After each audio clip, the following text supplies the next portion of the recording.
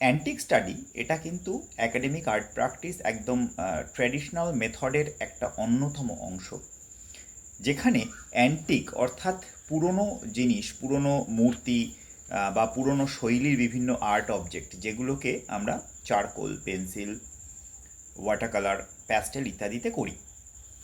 এটা মাথায় রাখবে, এটা কিন্তু একটা মানে ট্র্যাডিশনাল আর্ট প্র্যাকটিসের মেথডের অন্যতম একটা বিষয়, যেটাকে বাদ দিলে আমাদের একাডেমিক চর্চাটা অসম্পূর্ণ থাকবে। কেন? তার কারণ হচ্ছে এই যে অ্যান্টিক, এই অ্যান্টিক ধরো এই যে একটা মূর্তি আমরা এখন করছি, যেটা তোমরা এখন কাজ করবে, এই মূর্তিটা এটা একটা নির্দিষ্ট শিল্পধারার থেকে উদ্ভূত শিল্প।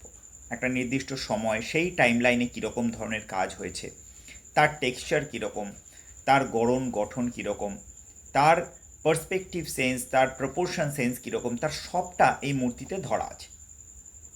যখন আমরা অ্যান্টিক স্টাডি করব, এটা শুধুমাত্র প্রাচীন মূর্তির ক্ষেত্রে বলছি না, এটা যখন আমরা ভলতেয়ারের পোর্ট্রেট করি বা এই যে একটা মোটা দাগের অবজেক্ট যেটা আমার সামনে রয়েছে, তার যথাযথ ড্রয়িং, তার প্রপোর্শন, তার স্পেস ডিভিশন, তার টেক্সচার, সমস্ত কিছুকে স্টাডি ফর্মে আমরা তুলে নিয়ে আসব। এই অ্যান্টিক স্টাডির যেমন একটা ঐতিহাসিক বিষয়বস্তু চর্চার জায়গা আছে, ঠিক তেমনই স্কিল ডেভেলপমেন্টের ক্ষেত্রে এর একটা মারাত্মক ভূমিকা আছে। তাই অ্যান্টিক স্টাডিটা ভীষণ মন দিয়ে করতে হবে এবং এটা নিত্যদিনের অভ্যাসের মধ্যে রাখতে হবে। সপ্তাহের রুটিনে অন্তত একটা স্টাডি, একটা অ্যান্টিক স্টাডি যেন আমরা করতে পারি।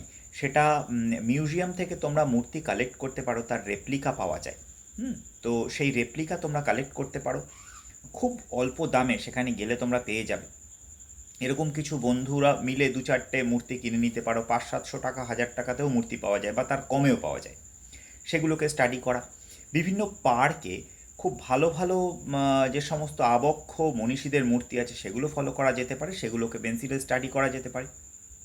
এই স্টাডিগুলো এটা কিন্তু ওভারঅল আর্ট প্র্যাকটিস, একাডেমিক চর্চার মধ্যে ব্যাপক একটা ইতিবাচক প্রভাব ফেলবে।